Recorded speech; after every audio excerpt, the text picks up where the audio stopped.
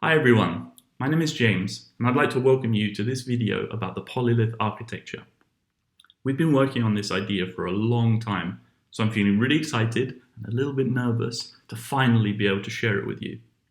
This all started about 2 years ago when we asked ourselves the question, what would a system look like if we could scale the awesomeness of functions up to the size of system level building blocks? It turns out that the answer looks a lot like Lego. By the end of this presentation, you're going to understand how these building blocks can help you to build simple, maintainable, testable, and scalable systems. Here are the 5 questions that we're going to try and answer. Now, you may have noticed that this is a long video. That's because explaining a new architecture from first principles takes time. However, I'd like to make a deal with you. If you'll give me your time, then I'm going to try my hardest to give you lots of new and interesting ideas. Sound good? Okay, let's jump right in. Let's start by answering the first question. Why did we create Polylith, and why should you be interested in it?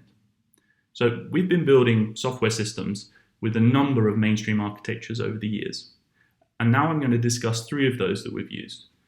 Monolith, microservices, and the new kid on the block, serverless.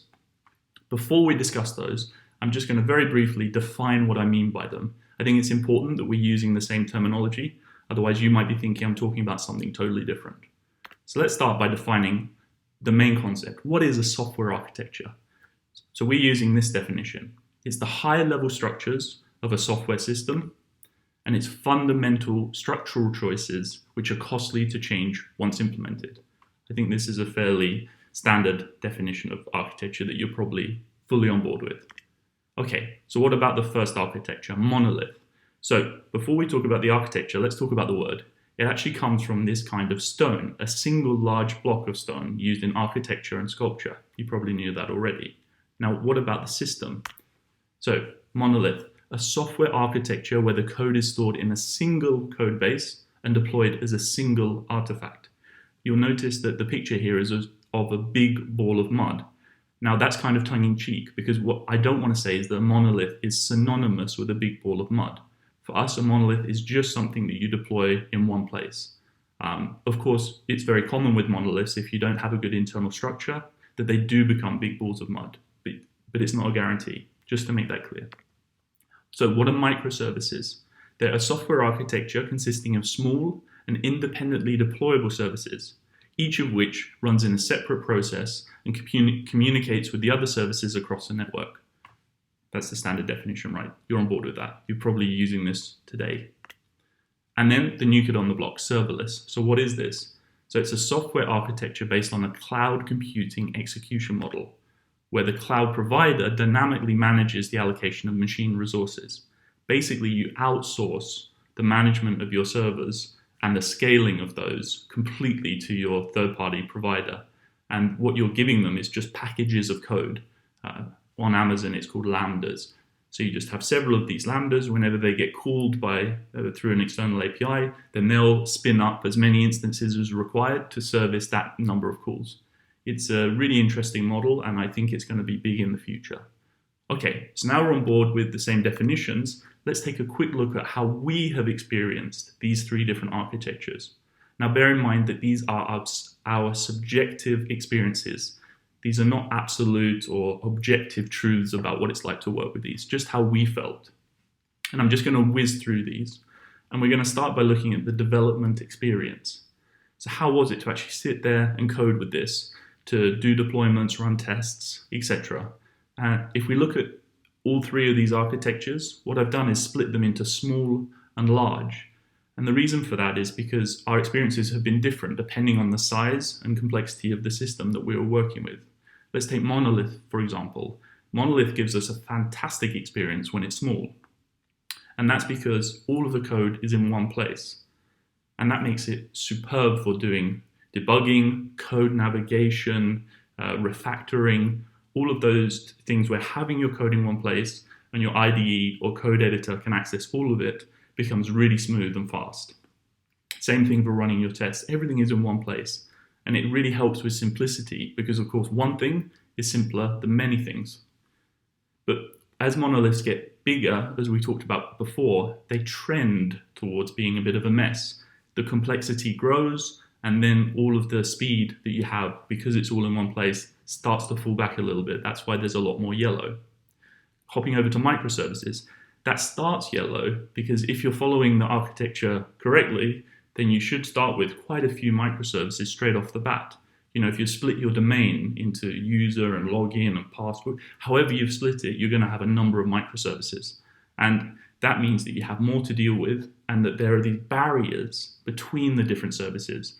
So let's say you're in an IDE, if you start debugging, as soon as you hit one of these boundaries, then you can't carry on debugging. You have to swap over and start in, if you're using a REPL, a read eval print loop, if you have that kind of language, then you have to fire up the other REPL and continue debugging from there. And all of that creates friction. So even from the get-go, you have all this extra complexity. Now, of course, that comes with some benefits that we don't talk about yet, but I'll come to. But for development experience, it can be quite painful. I know there are some teams that have kind of workarounds for this. So maybe our experience seems slightly worse than yours if you work with microservice today. But this is how we've experienced it.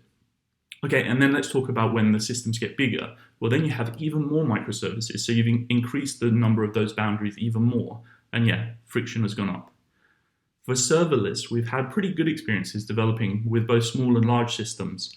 The only real downside with serverless has been the fact that you're distributing the execution of the code and it's running on these remote servers. That can make debugging and testing a little bit tricky. And it can also make code sharing a little bit difficult. But otherwise, it's been pretty good to use. So I can see serverless taking off in the future as a really nice way to deploy your code. Okay, so that's the development experience. What about production experience? What is it like to actually run these servers or not in the case of serverless? And let's look at this from three different perspectives: cost, deployment, and scalability. So let's start with monolith. You see straight away the red here.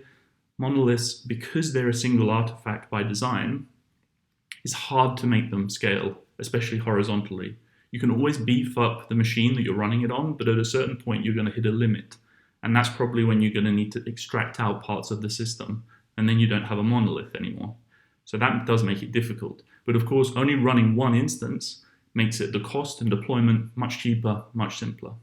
For microservices, it's the other way around. Your cost and deployment complexity are high, but your scalability is fantastic. You start off with this modular system, you've got robustness. You know, if one of your services goes down, the rest of the system in some situations can keep going. So there are some real production benefits, but you have to take into account these high costs.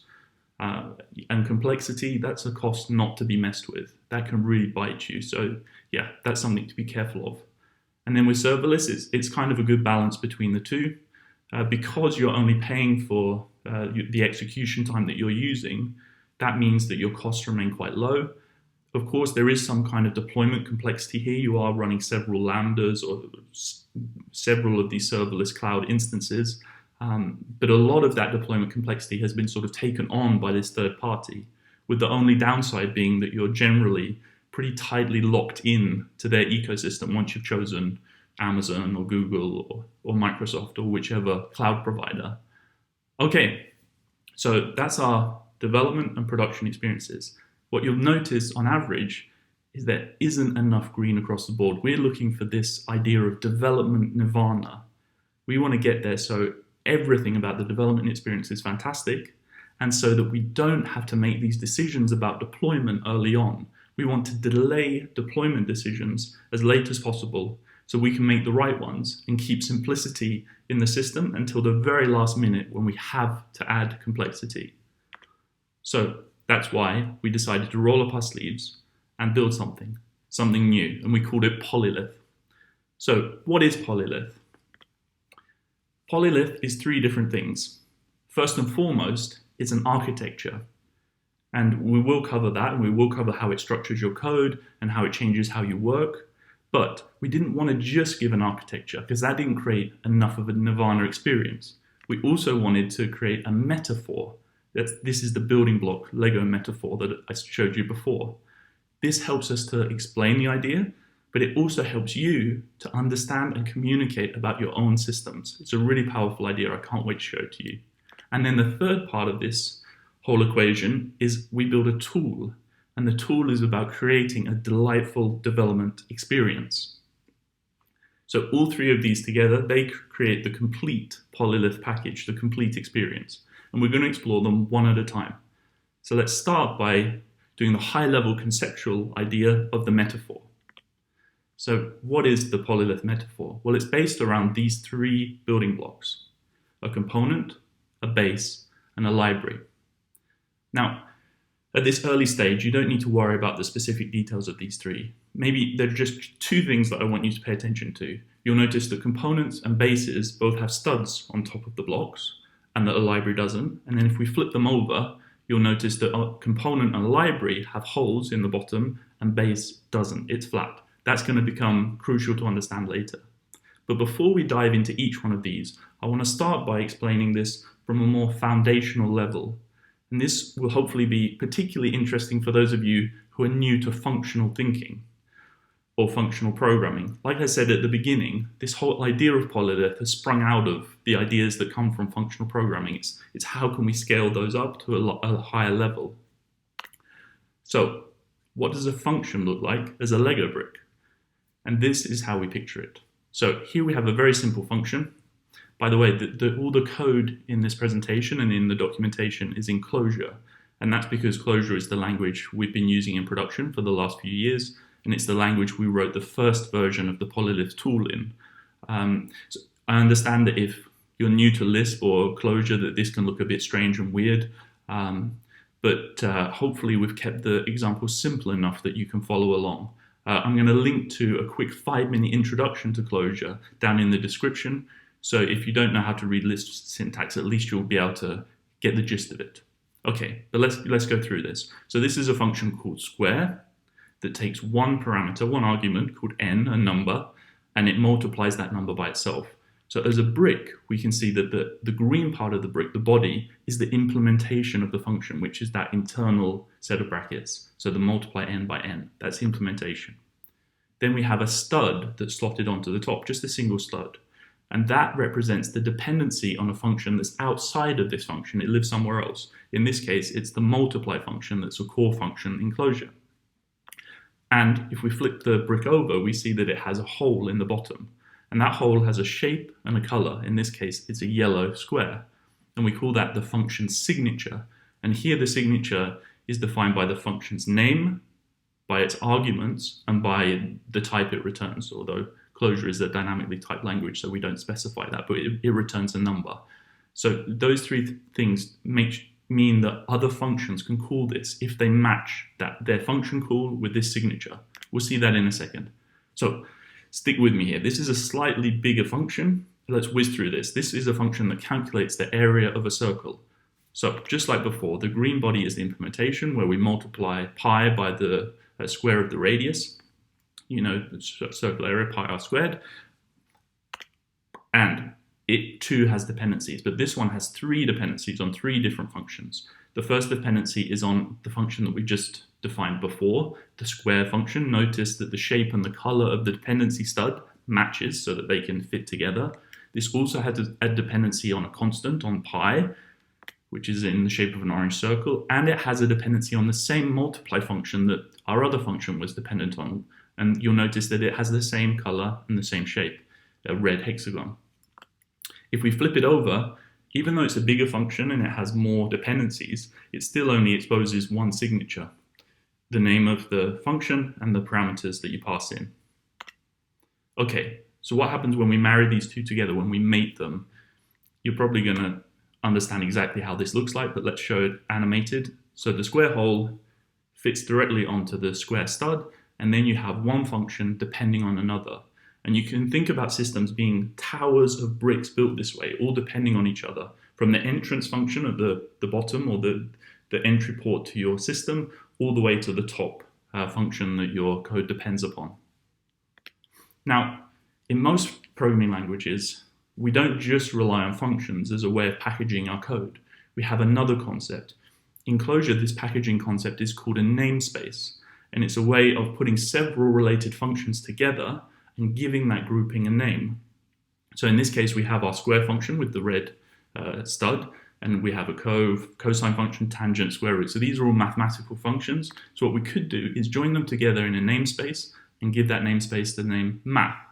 And what that's done for us is, instead of having our bricks spread out all over the place, we've pulled them together, created larger bricks, and exposed a unified interface, if you like, to the namespace. We've said, here are the different functionality that we offer.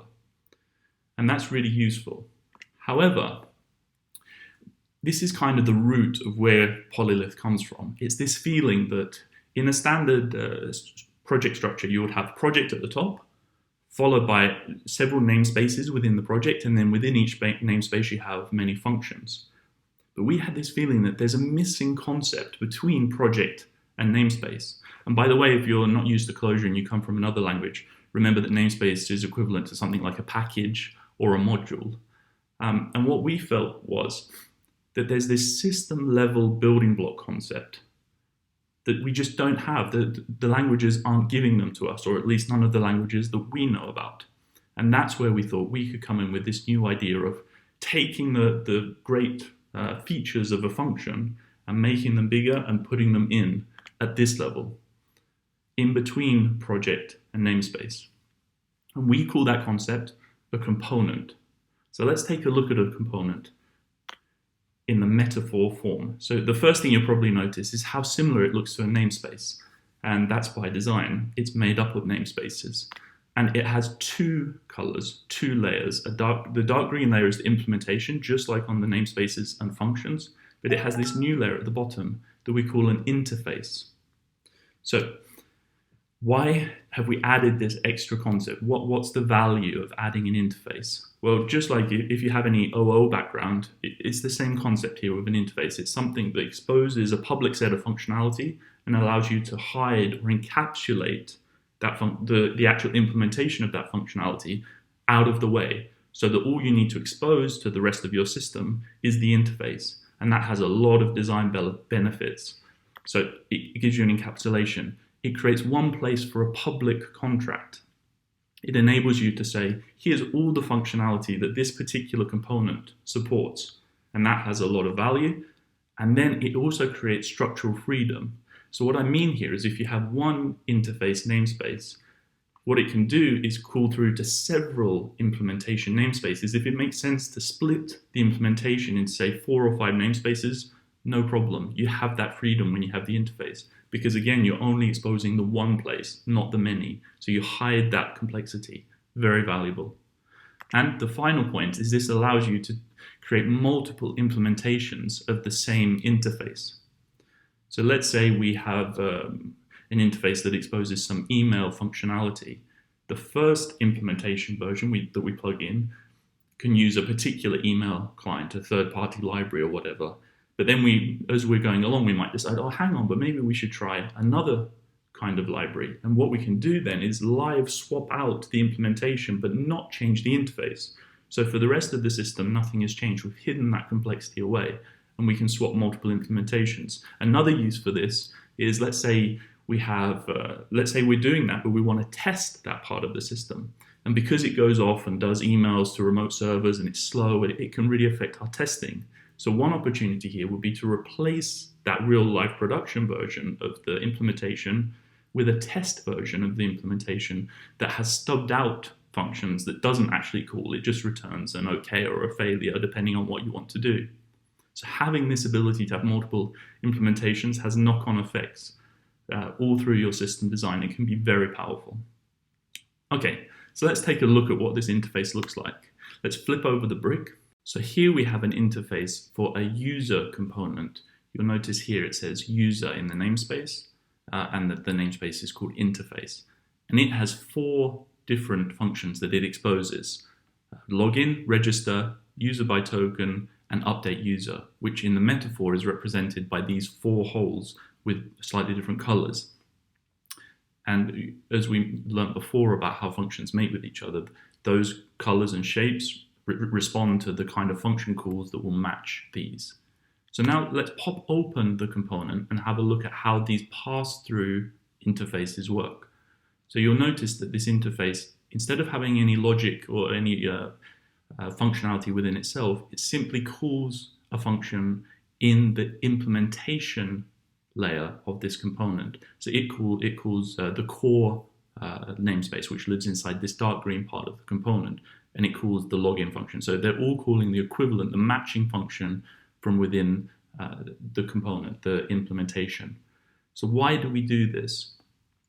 This is so that we maintain code navigation. This means that we're exposing this interface to the other components and building blocks within the system, but as a programmer, we can still go all the way through from that call to the actual implementation, and that has a lot of value when it comes to code navigability.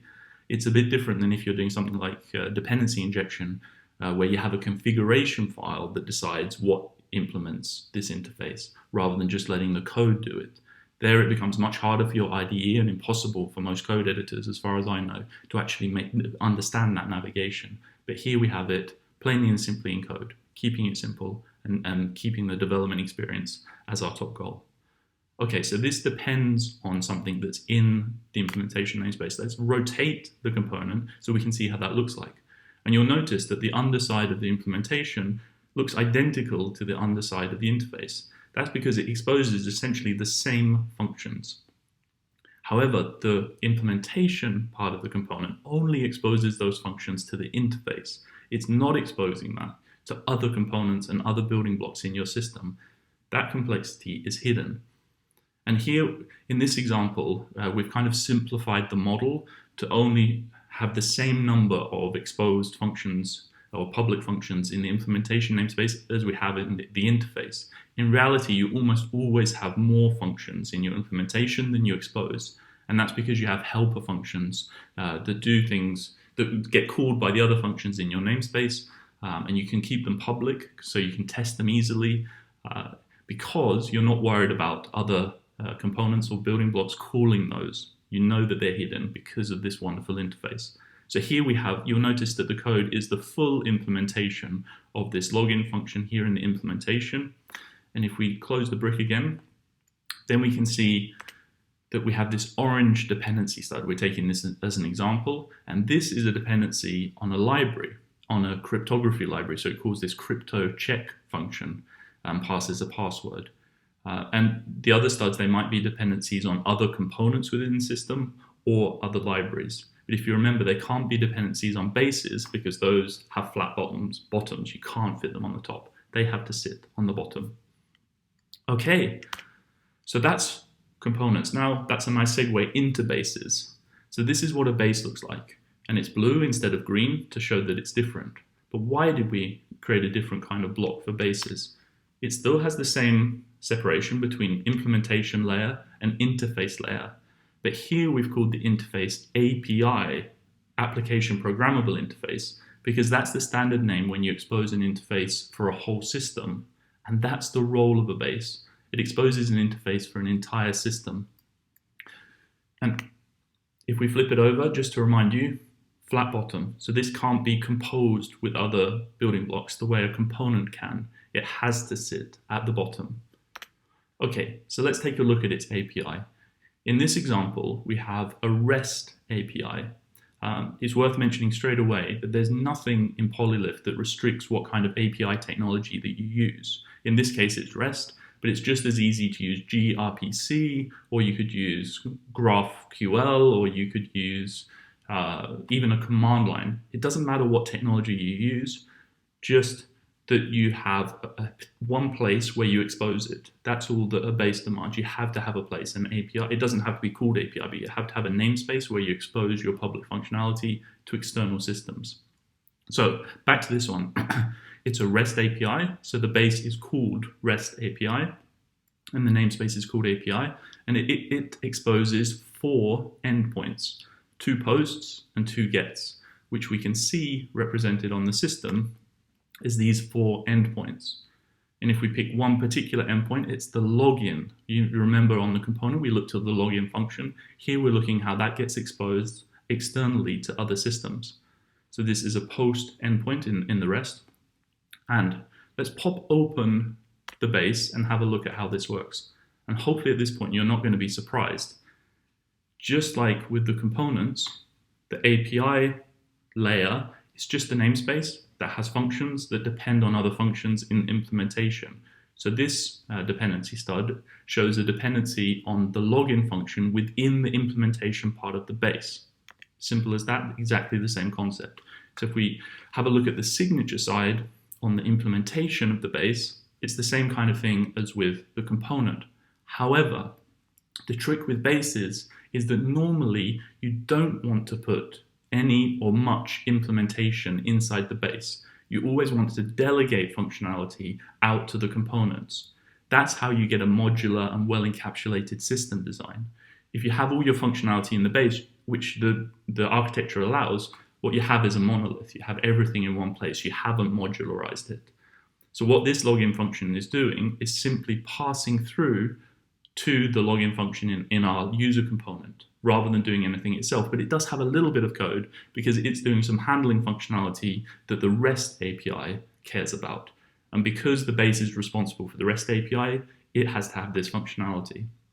So let's close out the block and show you that dependency. So it's the yellow stud. So remember, it comes in through the yellow endpoint, out through the yellow dependency stud to the user component, and then off on the journey that we already explored. And that's it. There's not really much more to the base and the component ideas. It's just a simple way of structuring your code so that you get these fantastic benefits about working with it, and this ability to split your system into these abstractions with names, interfaces, and isolated implementations. So what about the third kind of building block, a library? Well, you're going to be glad to find out that this is exactly the same concept that you're already familiar with. A library in Polylith is the same as a library that you've been using in all of your projects. It's simply code that somebody else has written that you depend upon. Now, we've chosen to represent libraries as flat tiles. And the reason we've done that, even though libraries tend to depend on other libraries, there's a whole chain, a whole tree of dependencies there. For our system, that isn't usually important. So for simplicity's sake, we just chop off that dependency and just say, this is the flat top. This is what we care about. And if we flip over the tile, you see that it exposes function signatures, just like our other components. So this is the functionality that the library exposes. And we can consider the whole library as an implementation. It doesn't really have an interface in the same way that our base and components do. And it has signatures that it exposes. So just imagine that that encryption library that we talked about before. This is that password check feature that we've exposed that sits on the top. Okay, so let's imagine how this would look like if we put them all together into a system. So here we have one base, two components, and three libraries. And what we'll see if we run the animation is how they just slot on top of each other and give us this single artifact, a system. And that's what a system is in Polylith. It's a single artifact that you can deploy to your local environment, to your test environment, to your staging, to your production. However you have your deployment set up, this is the artifact. It's the combination of all of the code put into one single jar if you're running Clojure or Java, or however your particular language packages up your artifacts. In an ideal scenario, you'll just need one system. That's ideal because it's the simplest possible solution. But sometimes we have performance or scalability requirements that mean that one system isn't enough and that we need to scale to more. How does Polylith cope with that situation? Well, we have this concept of an ecosystem. That's when two or more polyliths work together and coordinate to offer a single set of functionality to the outside world. Here we have two different polylith systems that are waiting to be connected. So let's see how that would look like. We can imagine the connection as a cable that goes from an external dependency on system B, the system on the right, down to some of the functionality that's exposed from system A on the left via the endpoint in its base. And in reality, of course, you would have many more of these cables crossing across. Maybe there are some functionality in the components on system A that depend on functionality in system B, and maybe we have more systems if we need to scale in different ways. And it's not always just performance requirements that could cause us to want to split out our system or our solution into several systems, into an ecosystem. It can also be because it makes sense from an operations perspective. Perhaps you have a main system and then you have batch functionality that you want to run every evening or every hour. Then it could make sense to separate that batch functionality out to a separate system. It could be that you want to integrate with another system that makes sense having a completely separate system for that integration rather than just having it in a single component. The great thing about Polylith is it gives you this total flexibility about how to divide up individual systems into components and then how to divide ecosystems across many different systems. One of the things to remember here, though, is you'll never need to separate out your domain across multiple different systems in an ecosystem to get that modularity, because that functionality is already given to us by the component in a much simpler way.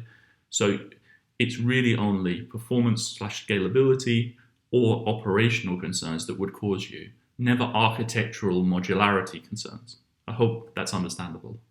Okay, so now we've looked at how Polylith is on a metaphor level. Before we hop in to sort of examine how it works in a bit more detail with how the code is structured, let's take a quick break and talk about how did the name come from. I think we understand enough now about the concept that this is going to make sense to you. So just like with monolith, you remember the first definition was about a single stone. So polylith, the word, if you look at it in the dictionary, means a prehistoric monument consisting of many stones in one place. Think of Stonehenge here in England, or there are stone circles in Ireland or France. It's that concept of many stones in one place. Hopefully you've already understood the connection. So polylith, a software architecture that allows you to compose systems with many building blocks, but develop as if all the blocks were in just one place. So that's where the name comes from. And this is where I'm a little bit worried that you might get a bit annoyed with me. And that's because we're going to explore this concept of architecture through the lens of an extension to the building block metaphor. Now, it could be right now your brain is still processing all of the visualizations that I've given you with the building blocks, and now I'm hitting you with another metaphor on top of that. So apologies for that, but I really think this is an intuitive way to understand it. I understand if you want to take a break right now, go and grab a hot or cold beverage of your choice, and then maybe come back later. But otherwise, if you're sticking with me, let's do this. So I'm going to explain this concept by walking you through a real-world example app. So Realworld is this project that it's like a medium blog platform where people have built different backends and front ends in different technologies. And it's a way to compare how those different technologies give you different results. So what we've done is built the backend version of that using Polylith. And I'm going to use that code base to walk through how the structure looks and works. This is a visualization of the API that your backend part of the real-world example app has to support. It has to support all of these different endpoints. You don't need to understand this in detail. This is more just to get you a feeling for the domain. So the domain talks about articles, these blog post articles. It talks about profiles of the people that are posting and viewing them. It talks about users and tags. So those are the main domain entities. And if we look at how this actually breaks down into a Polylith system, we can see these are all the components that we built. And you'll notice that a lot of them refer to the domain. So we have article, comment, we have profile, we have user, we have tag. But then we also have other kinds of components that are more about the infrastructure of the system. There we have a database spec, which is a closure-specific thing about checking typing. We have log, etc. So hopefully you can start to understand that there are different ways that you can split the functionality of your system out. And having that power to choose, what do I want to do it for domain entities? Do I want to do it for, let's say, an external integration? I could have a component. In this case, we're not integrating with an external system, so we don't have one like that. Or these kind of infrastructure components. It's a really powerful way that you can split up. And another thing that I want you to notice here is how much reuse is going on. Look how often the database component is used through the other components. Look how often the profile component is used. It's trivial with these components to reuse within a system and even across systems. And that's because a component is just code. It's nothing else. It's not a service. It's not an instance running somewhere. It's not something you access across a network. It's a collection of functions, and that's it. Of course, we have the added coolness of the interface separating the implementation, but once you have that interface, then you just have this functionality that you can just port anywhere. It's fully composable. Of course, and this is all built on this blue base called the REST API. Okay, so we don't need to understand all of this. This is just to kind of give you an idea of how the system feels and how it feels to sort of visualize a system with this Lego block metaphor.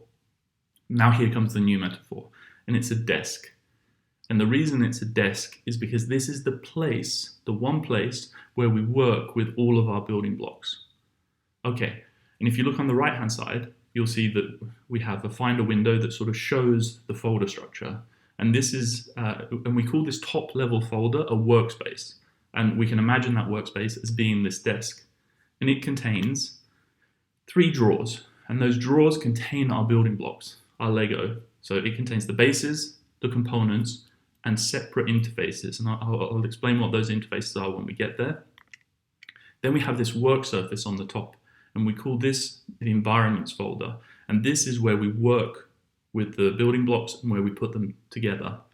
And once we put them together into systems, we store them in the systems folder, which we visualized as shelves. So they're where you have one or more systems ready to go, ready to be deployed. Okay, hopefully that's understandable. So let's step into the very first drawer and see what does this look like. So in this real world example, we only have one base. You see here, REST API. So there's only one base in the drawer, so it's kind of empty. And if we open the drawer and look at that base, what we see is that we have a standard closure project structure. So it has its own project COJ, its own README, and then it has source and test folders with the namespaces for the API and the implementation. So why have we done it like that? Why is each base a separate project? Well, the reason is quite simple. It's so that we can compile it independently, and that guarantees that it has isolation from the other components and building blocks. Let's have a look at the API namespace. Hopefully you'll remember it from before when we were looking at the metaphor. So this API has 4 endpoints, and you'll notice that it sits in the REST API folder within the source folder. So that's where the API namespace sits, api.coj, and here is are the implementation namespaces. Now in the case of this example, there are 2 implementation namespaces. There's the handler namespace, which is the one that the interface passes through to. So this is where the login function lives, for example. But there's also a middleware namespace. Now I don't show it here, but you can look at the code when you go to this example later. You'll see that the middleware namespace contains functionality that's specific for the REST API. And it didn't make sense really to separate that off to a separate component. We could have done, but it was just a little bit of functionality that was only to do with the API. So we decided in this case to leave it in the base. And you have that flexibility to do that. Okay, so what about the components folder in the top level of the workspace? So we can imagine that as a drawer, and that contains all of the components that we looked at before. So we have 8 components here: article, comment, database, log, profile, spec, tag, and user. That's our domain and infrastructure components. So let's pop open the drawer and take a look at just one of those components, the one we looked at in the metaphor, the user component. So again, it has a standard project structure. In this case, it's a Leiningen project structure. If you know anything about Clojure, you'll know that that's the equivalent build tool to something like Maven. It's kind of a standard, although there are others. But we've built the tool, as you'll see later, as a Leiningen plugin. So that's why it has a Leiningen project structure. And again, it has a project COJ, which is like a pom.xml if you come from the Java world, has a README, and then the source and the test. So just exactly the same structure as a base. So let's take a quick look at the interface. You've seen it before. It has the 4 different functions. Those are pass-through functions that pass through to functionality in one of these namespaces. And in this case, it passes through to the login function in the core namespace.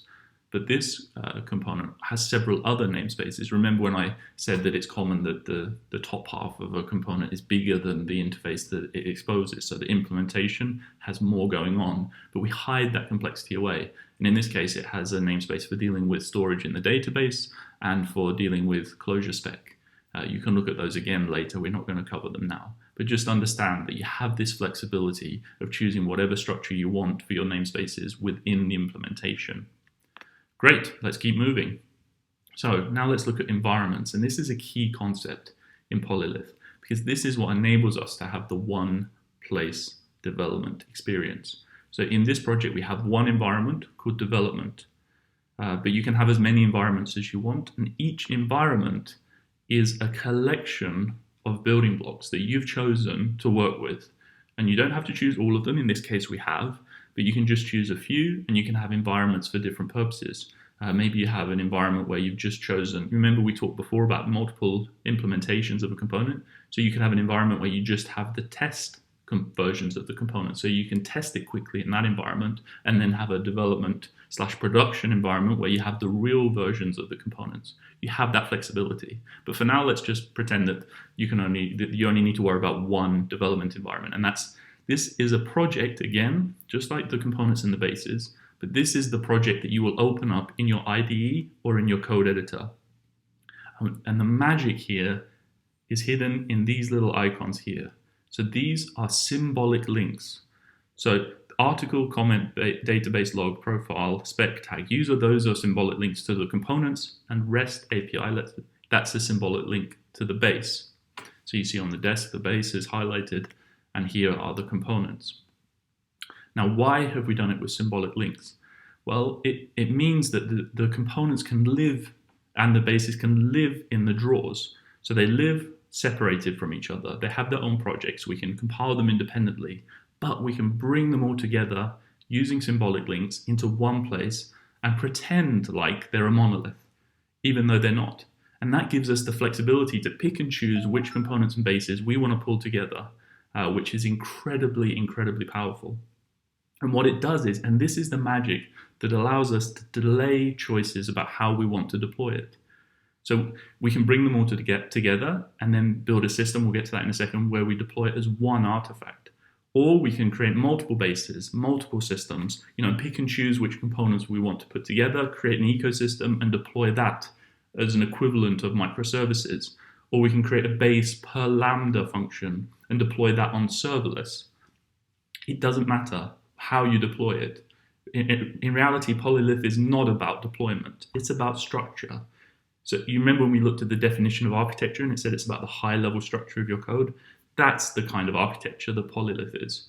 And it's that flexibility that gives it a lot of its power. Okay, so let's keep looking. And this is another part where I think you're going to hate me a little bit, but I promise you, once you understand it, it makes sense. So this interfaces folder contains workspace interfaces, and these interfaces are different from the component interfaces that we looked at before. So component interfaces we saw, they live with the components. They're just a namespace within the component, or yeah, exactly. But these live at the top level of the workspace, which is why they're called workspace interfaces, and they look a little different.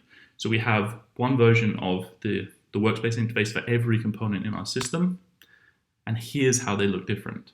They're flat on the top. They have no dependencies to any code at all. But if we flip them over, we see that they expose exactly the same functions. So if we look at the user workspace interface, we see it has the same 4 functions: login, register, user by token, and update user. But you'll notice that the implementation of the functions here, they're empty. They don't go anywhere. They're completely empty. Why have we done this? Why have we added the complexity of another kind of interface? Why is it the duplication? Why do you have to have one in the component and one here? The reason is quite simple. It's so we can guarantee isolation and encapsulation. This is a very simple way to make sure that we can compile every building block in the system against all of the other interfaces without them having access to any of the internal implementation. If we just had the component interfaces, remember they live at the same place as the implementation interfaces. So without doing a lot of black magic, it would be really difficult for us to isolate and say, well, you're only allowed to access that namespace, but not these ones. We don't want to sort of force you to pick particular names or a particular structure there. We just want to let you do what you need to do for that component. So what we did instead was create a new concept, a workspace interface that's completely empty. and that enables us to always compile against this. So the first part of the compilation stage when we build a Polylith system is do all of these components, compile against these versions of the interface. And if they do, then we can guarantee that they're not accessing any code that they shouldn't. So it guarantees isolation.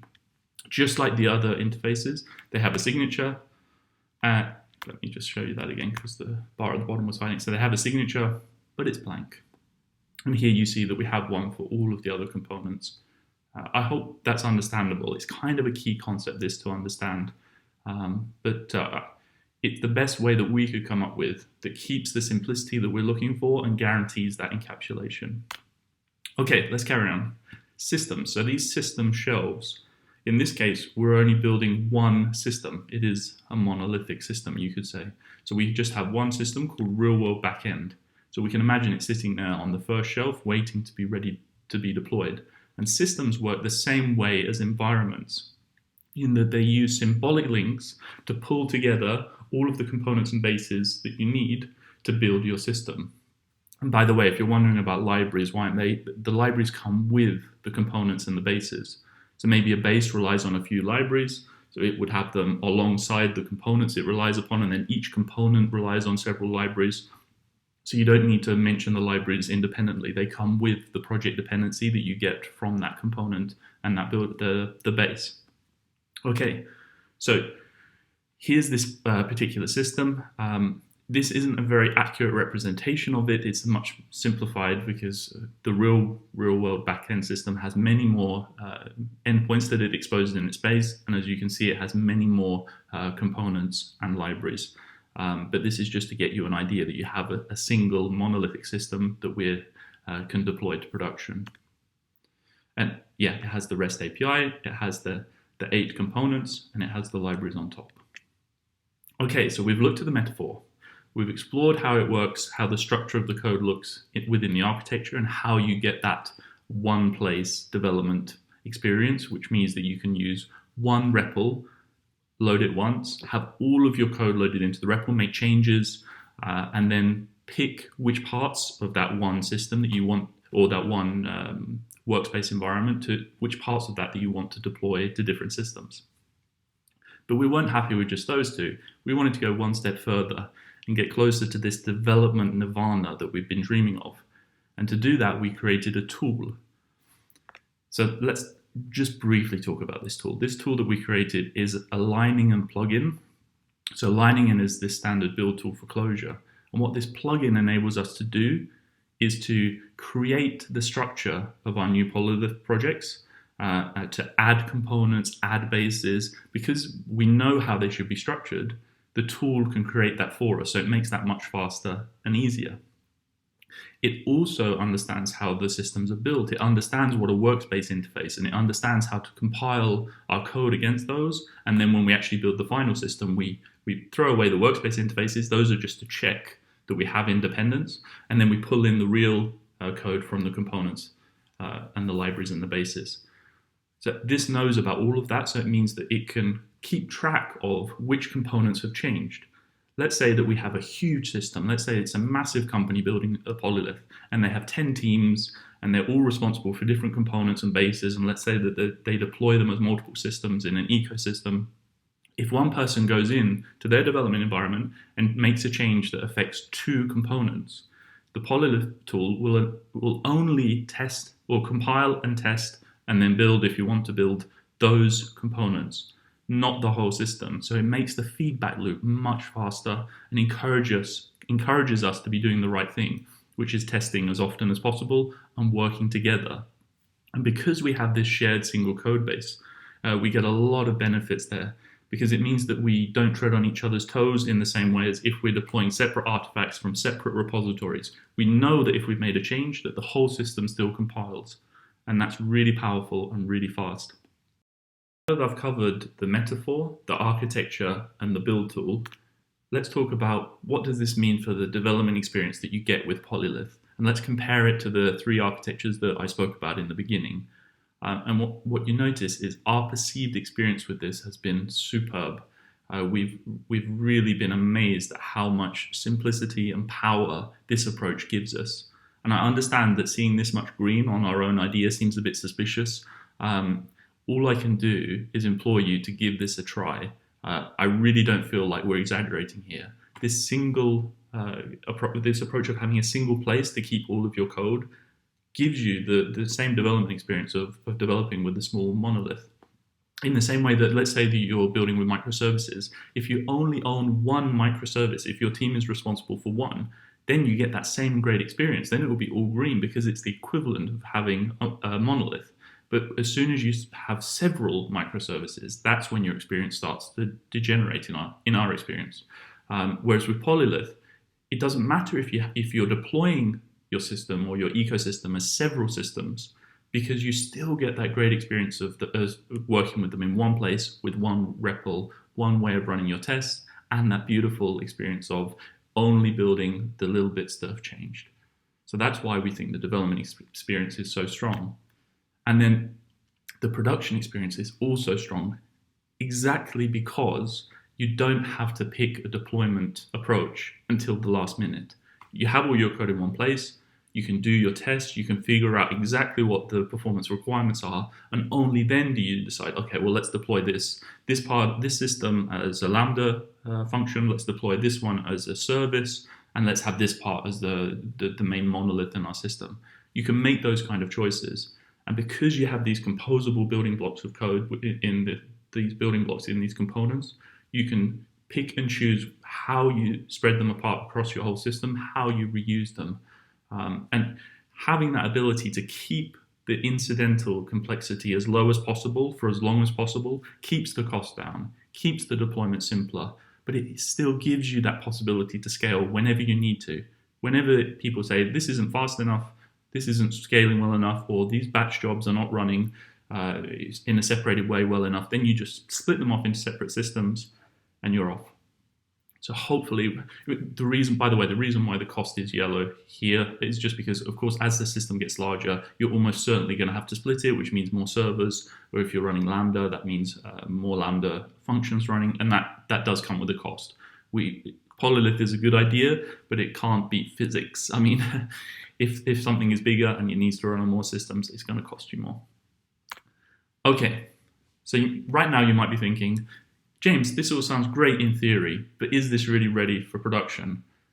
And the answer to that is, well, it is in production. We've released 6 different Polylith systems over the past 2 years into production, and we've classified them as medium or small.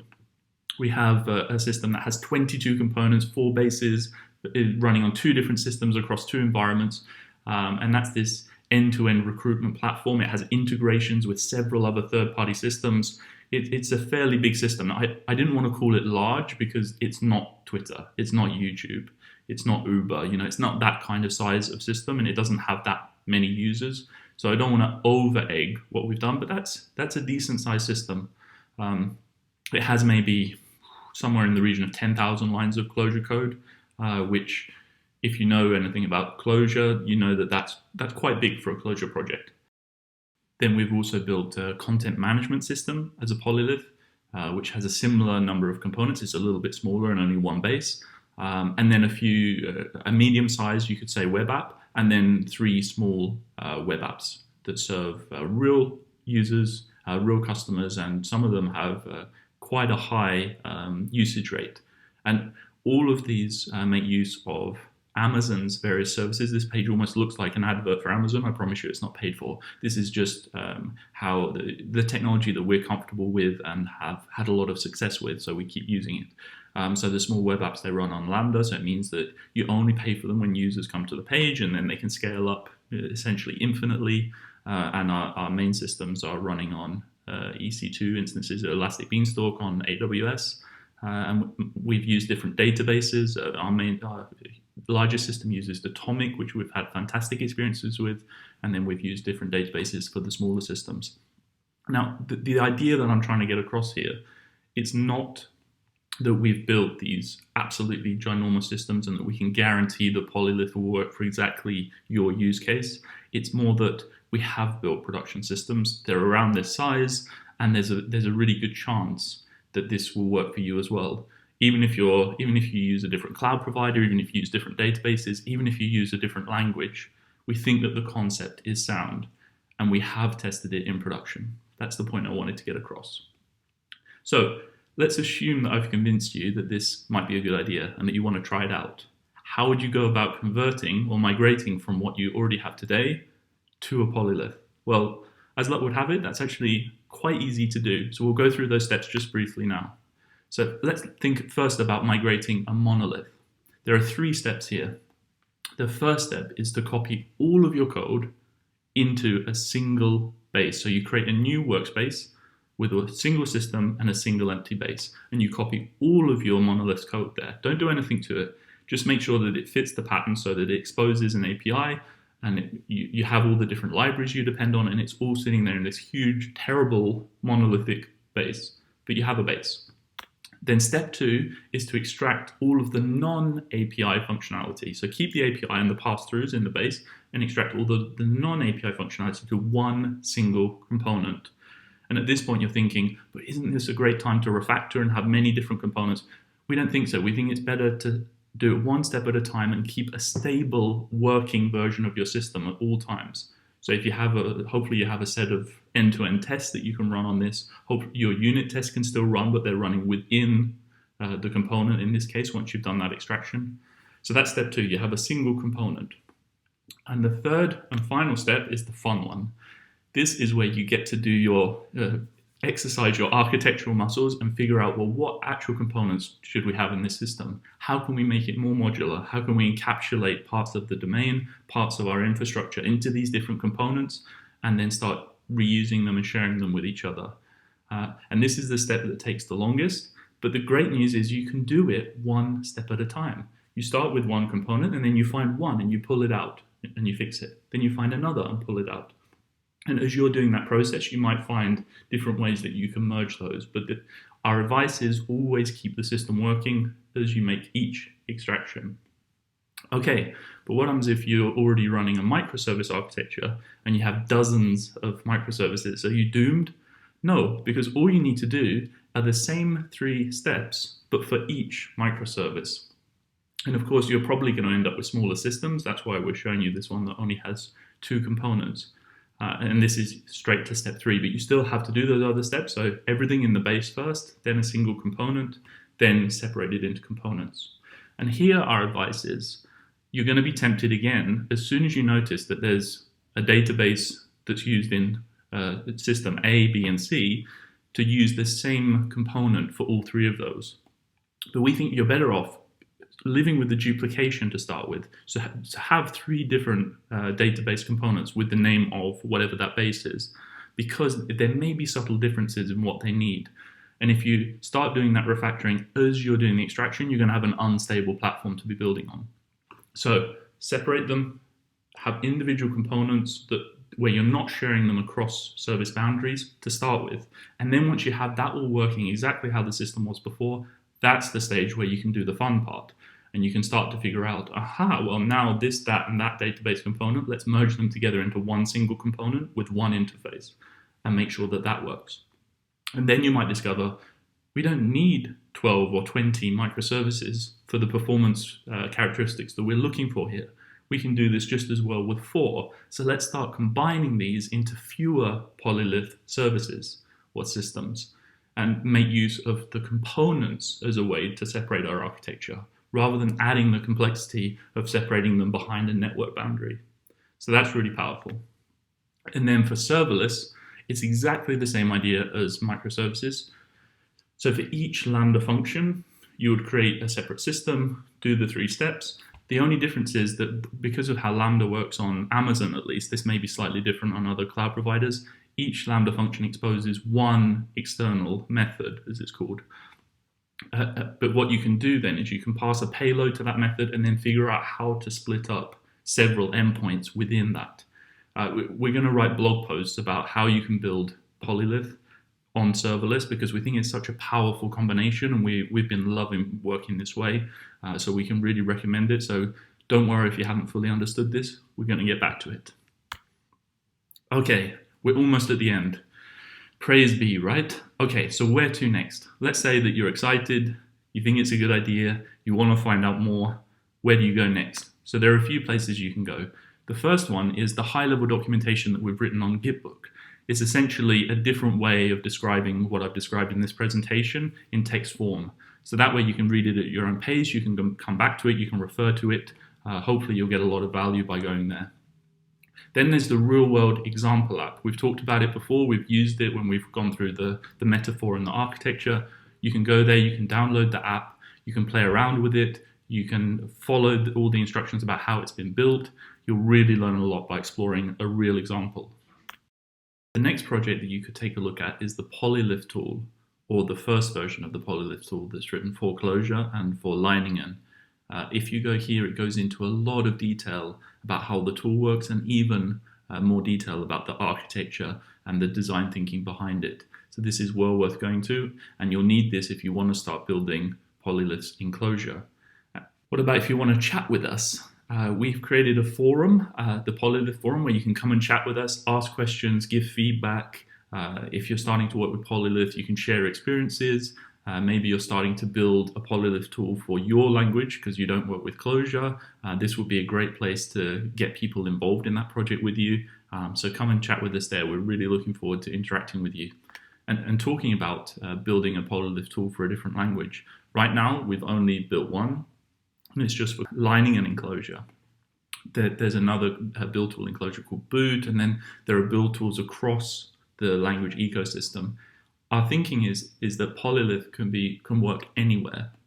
The concepts are functional. It's this idea of blowing a function up to system scale, but that doesn't mean that it can't work in an OO language or an OO and functional mixed language. We think this concept can work everywhere, and we'd love to help you out figuring out how it can work with your language. So go ahead, start building it, and get in touch with us.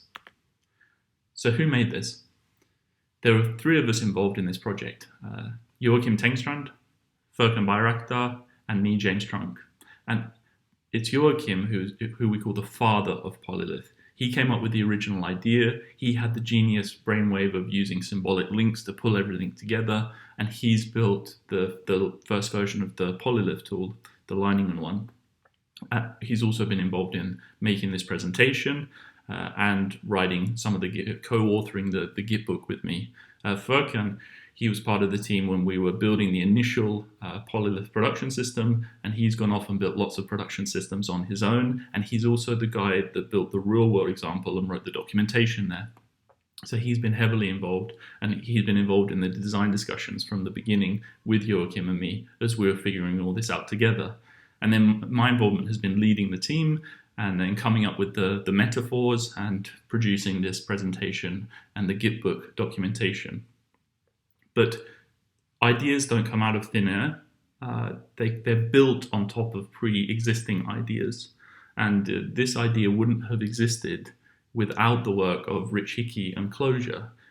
All three of us have been inspired to think in a different way about how you build software since being exposed to the ideas of simplicity, power, and fun that Closure has given us. So we definitely want to thank Rich Hickey for letting us stand on his shoulders to create this idea.